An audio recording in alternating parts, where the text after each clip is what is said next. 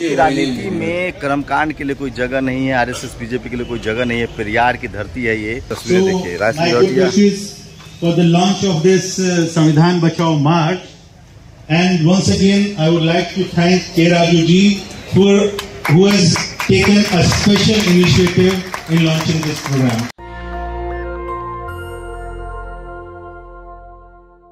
मैं इस समय चेन्नई में हूँ और कांग्रेस ने संविधान बचाओ यात्रा की शुरुआत की है और मैं आपको तस्वीरें दिखाऊंगा। मेरे एक साथी ने बताया जो तमिल हैं और मुझे जानते हैं, हिंदी में बोलते हैं, उनसे बातचीत भी करूंगा। मैं तमिलनाडु आया हूँ, आपको पेरियार, अंबेडकर, इन सब चीज़ के बारे में बताऊंगा।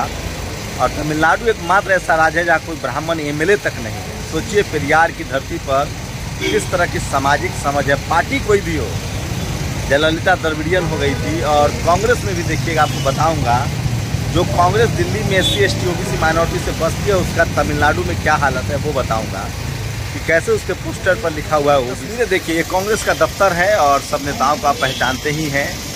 तो संविधान बचाओ यात्रा निकाला है कांग्रेस ने। मैं जो SC डिपार्टमेंट के चेयरमैन है राजेश सिंह, वो उसको आयोजित कर रहे हैं। और ये देखिए OBC वेलकम आवर लीडर्स। तो ये तमाम तस्वीरें देखिए। तमिलनाडु एक ऐसा राज्य है जहाँ ब्राह्मण जो है वो विधायक भी नहीं बन पाते हैं। तो ये SC ST OBC का जो लाइन है ना, वहाँ एकदम साफ साफ खिंचा हुआ है। यही पेरियार की धरती है और इसलिए मैं कह रहा हूँ कि पेरियार की धरती पर आपको सिर्फ सोशल जस्टिस दिखेगा, बाबा साहब दिखेंगे। तो देख रहे हैं ये किस तरह से OBC, यही हिंदी पट्टी में सोचिए SC ST OBC माइनॉरिटी के नेता साफ साफ बसते हैं कहने से, लेकिन दक्षिण भारत में लाइन साफ साफ खिंचा हुआ है। यहाँ SC ST OBC माइनॉरिटी के अलावा और कोई राजनीति नहीं है। और सोचिए कि एक भी ब्राह्मण MLA नहीं है यहाँ। किस तरह की राजनीति है। और चाहे DMK की राजनीति है, पेरियार की राजनीति है। ये कामराज जो कांग्रेस के सबसे मजबूत नेता थे, वो भी मैंने भी बताया, वो शेड्यूल कास्ट से आते थे, जो नारियल तोड़ने का काम करते हैं और जिनकी महिलाओं को तन ढकने का अधिकार नहीं था। यहाँ सिर्फ 3% ब्राह्मण हैं और उसको लेकर जो ये राजा ने अभी बयान दिया है जिस पर विवाद छिड़ा हुआ है, तो मेरी कोशिश होगी कि उनसे भी आपको रूबरू कराया जाए, उन बयानों से भी। तो ये तस्वीरें मैं आपको दिखा रहा हूँ। देखिए किस तरह से बाबा साहब की आदम का तस्वीर लगाई गई है। ये देखिए। तो तमिलनाडु की जो राजनीति है वो कम से कम बहुजनों को जानना चाहिए, समझना चाहिए। इसलिए मैं आया हूँ यहाँ पर कि तमिलनाडु में क्या है और उसको शुरुआत में कर रहा हूँ। संविधान बचाओ यात्रा से ये शुरू हुआ है ये कार्यक्रम और अब मैं वहाँ पहुँच रहा हूँ। राजेश सिंह जो है वो बोल रहे हैं, तो उनके बातों के बाद मैं आपको सिखाऊंगा। तो देखिए राजेश सिंह बोल रहे हैं और संविधान बचाओ यात्रा निकलना है, लेकिन SC ST OBC की कितनी ताकत है ये भी मैं आपको समझाऊंगा। ये देखिए इस तरह से भीड़ है, रीच है। और ये देखिए ये तस्वीर तो यहाँ बगैर SC ST OBC माइनॉरिटी का राजनीति संभव ही नहीं है।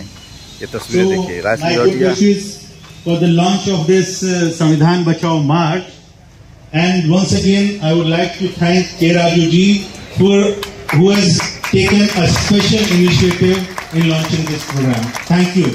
जय भीम। तस्वीरें दिखा रहा हूँ मैं आपको। यहाँ पूरी राजनीति जो है वो फुले पेरियार अंबेडकर के आसपास है और पेरियार के आसपास है। डॉक्टर अंबेडकर की एक्सेप्टेंस ग्लोबली है, पूरी दुनिया में है।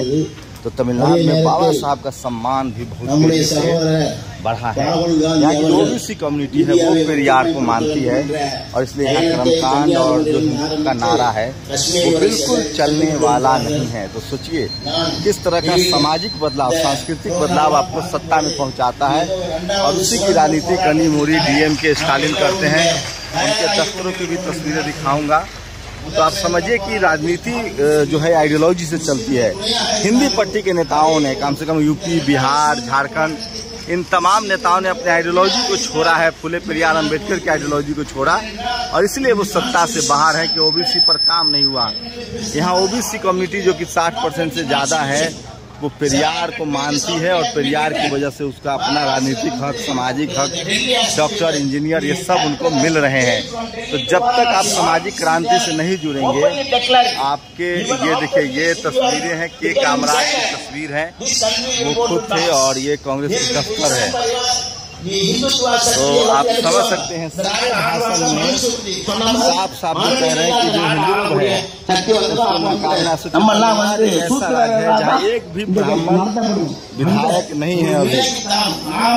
तो समझिए, ये राजा ने जिस तरह पर हमला बोला है, तो किस तरह से पेरियार की धरती है ये, और सोशल मीडिया की वजह से, और अब मैं आप तक ये खबरें पहुंचा रहा हूं। तो तमिलनाडु को समझना पड़ेगा, आपको केरल को समझना पड़ेगा, और यहाँ SC/ST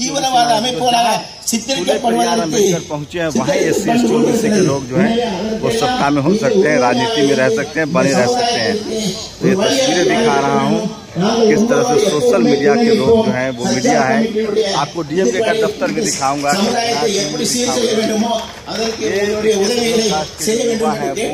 पूरा पेरियार ये तस्वीरें दिखा रहा हूँ।